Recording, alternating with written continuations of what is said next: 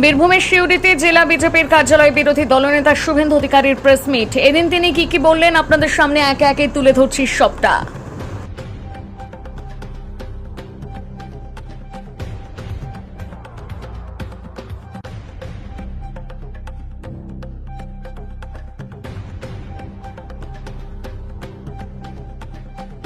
টাকার চাকরি, 6 মাস অন্তর রিনিউয়ালের চাকরি, এটা আগে আমরা বলেছি, 3 বছর ধরে বলছি।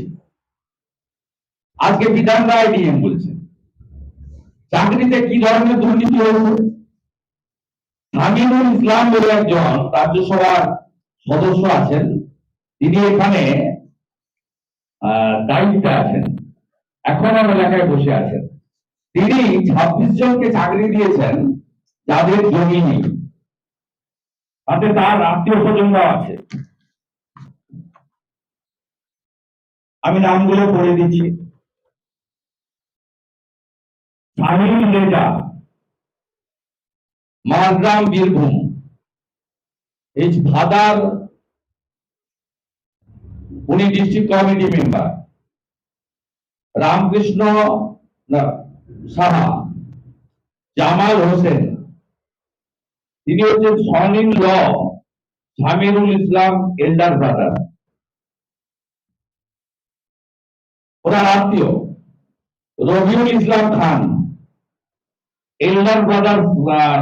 আমি এই 26 জনের নামের তালিকা আপনাদেরকে দিয়ে দিচ্ছি। এই যারা দেউচিয়া পাঁচামিতে জমির বিনিময়ে চাকরির মধ্যে এরা পড়েন না। আমি আপনাদেরকে লিস্ট দিলাম। It's a recruitment scam, like municipal recruitment scam. এরপরে আসুন, জমি আপনার বেচা কেনা বন্ধ হলো, জমি বেচা কেনা বন্ধ করলেন DM.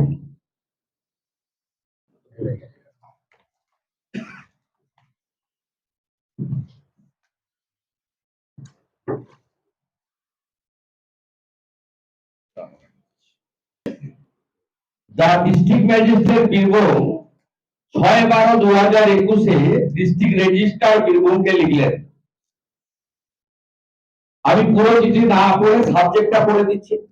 Bridging service related to land registration and change of ROR around Deucha Panchami, Dewanganj and Horinsina coal block area. Thermally, you are requested to take necessary action for immediate effect, upholding the spirit of the notification and to restrict the transfer of land in the moulders mentioned below. এর কপিও আমি আপনাদের দিয়ে দেব। এই নোটিফিকেশনের পরে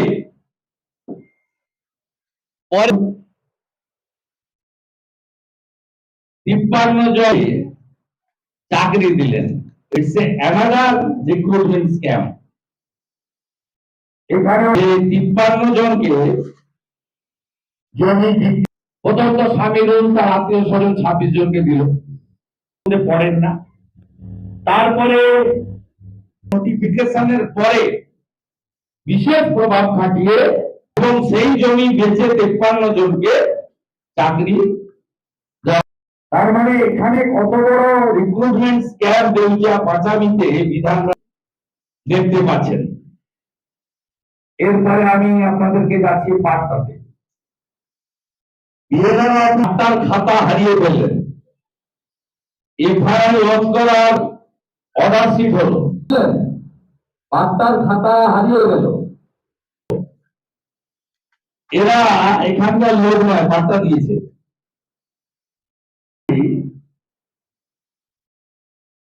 হাসিনা বিবি, সাদেক শেখ তেতুলবাগ পাড়া, হামিদা খাতুন, দিলদার হোসেন, তেতার হোসেন সামাদ তেতুলবাগ পাড়া। আমি আপনার সেই জমি না দিয়ে সেই প্রমাণ যে লোকজনকে পাট্টা দিয়ে দেওয়া হয়েছে তার সংগ্রহ আমি তুলে দেবো এবং এই অসংখ্য পাট্টা আপনাকে আমি রেকর্ড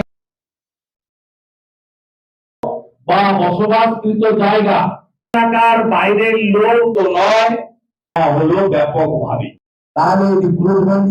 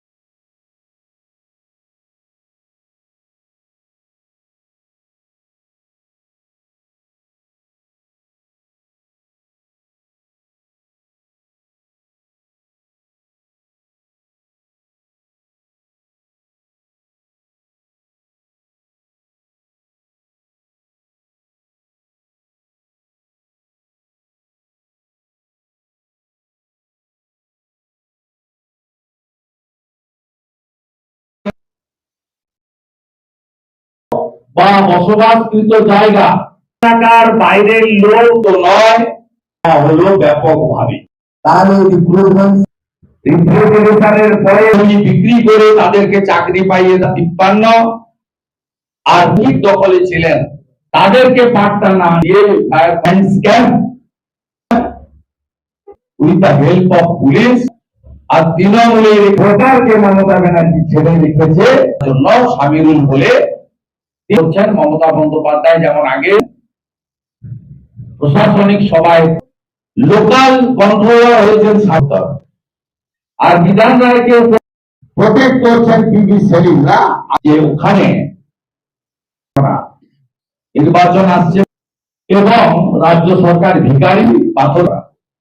আমরা আরেক আমাদের কপি করবে কপি প্রেমিক প্রকৃতিকে তারা পুজো প্রতিশ্রুতি দেওয়া হয়েছিল যে গাছ নষ্ট হবে না এবং নতুন প্রযুক্তি শেকড় শুদ্ধ অন্য জায়গায় বসিয়ে স্বাভাবিকভাবে পুনর্জীবিত হয়ে পরিবেশের ক্ষেত্রেও যেমন গাইডলাইনের মধ্যেও পড়ে, সাথে সাথে বিশেষ করে জমি এবং জঙ্গল রক্ষা করার জন্য তাদের অরণ্য রক্ষা নিয়ে আপনাদের একটা ভিডিও দেখি। তুলে আনা গাছ, একটা গাছেরও অস্তিত্ব নেই। আমরা অনেকদিন অ্যালাউ করেছি, আমরা অবৈধ পাট্টা আদিবাসী সহ ওখানকার অধিবাসীদের সঙ্গের বিরুদ্ধে আমাদের সোচ্চার কণ্ঠের কাছে কপি দিয়ে দিচ্ছি। সাথে সাথে বীরভূম সাংগঠনিক জেলা ভারতীয় জনতা পার্টির পক্ষ প্রকাশ্যে আনাটা মধ্যমণি আমাদের বড় কর্মসূচি নিচ্ছে অতি সত্তর প্রক্রিয়া অনুযায়ী কয়েকদিনের মধ্যে আমাদের নেতা এলাকার অধিবাসী আদিবাসী স্ক্যাম এবং পাট্টা স্ক্যাম, ল্যান্ড স্ক্যাম এবং রিক্রুটমেন্ট স্ক্যাম নিয়ে কমপ্লিটলি তাদের এই দুর্নীতিতে ক্ষতিগ্রস্ত 2 বছর ধরে জেলে গিয়ে আছেন। অনেকের নাম এই জেলাতে আরো নতুনদের বিরুদ্ধে, এক্ষেত্রে শুধু ওনাদেরও বড় একটা বিরুদ্ধেও আমরা আইনিগত ভাবে কঠোর ব্যবস্থা